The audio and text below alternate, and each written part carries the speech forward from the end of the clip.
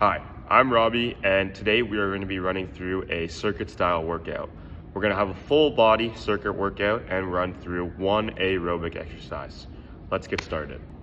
Just to go over a couple things, I want you guys to make sure that you're going through a 15-second rest in between each exercise and resting for at least 1 minute in between bouts of the circuit. All right, so our first exercise is going to be jump squats.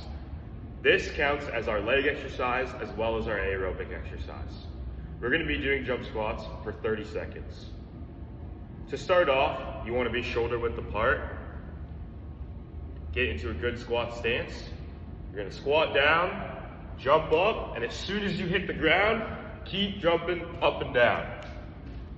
You don't need to get too low here. You just want to get to at least 90 degrees on the way down. Remember to keep your arms moving. Now we're going to go over our progression and regression for this exercise.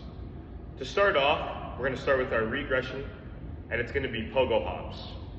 This allows for us to keep our aerobic stimulus going, as well as incorporating our lower half. So to start off the pogo hop, you're just going to get into that same squat stance. We're going to go hands on hips, and all you're doing is jumping up and down, trying to use as little of your knees as possible and more of your ankles. So up, down, just hops, trying to use our ankles and be bouncy off the ground. For the progression to this exercise, we're going to do single leg jump squats. So you're going to get into that same stance, try to shift your weight over onto one leg, pick that other leg up, and we're going to make sure our arms here are starting opposite hand, opposite leg, as if we were doing a sprint position. And then after that, we're just going to hop up and down, make sure our arms are going in sync with our leg. All right, now moving on to our core exercise, we're going to do plank shoulder taps. So what we're going to do is we're going to get up into a top of a push-up position, also known as a high plank. All we're doing from there is taking one arm and tapping our opposite shoulder.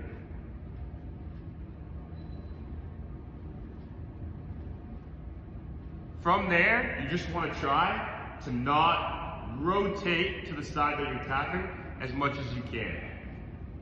So the best that you can keep your chest to the ground, the better. This exercise is working core anti-rotation. This exercise will also be done for 30 seconds. Now, moving on to our progression and regression for this exercise.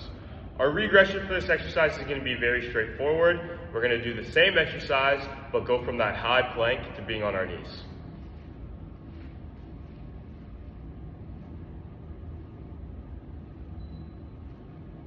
Our progression for this exercise is also a core anti-rotation exercise, but instead of being in that high plank, we're going to go onto our back. This exercise is called a dead bug. So we're going to go down onto our back, rest our head nicely, get our hands straight out in front of us as if we were a zombie, pick our feet up, and what you want to do here is go from this bent position, extend opposite arm, opposite leg out, bring them back in, extend the other arm and leg out, bring them back in. Left arm, right leg, right arm, left leg. This will also be done for 30 seconds.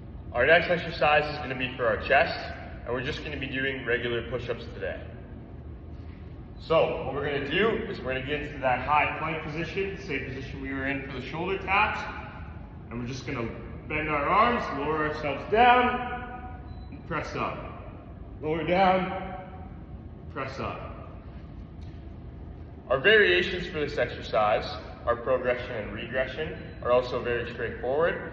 For our progression, we're just going to increase our time from 30 seconds to 45. And for our regression, we're going to be doing knee or wall push-ups. For knee push-ups, all we're going to do is get into the same position for our regression for our shoulder taps.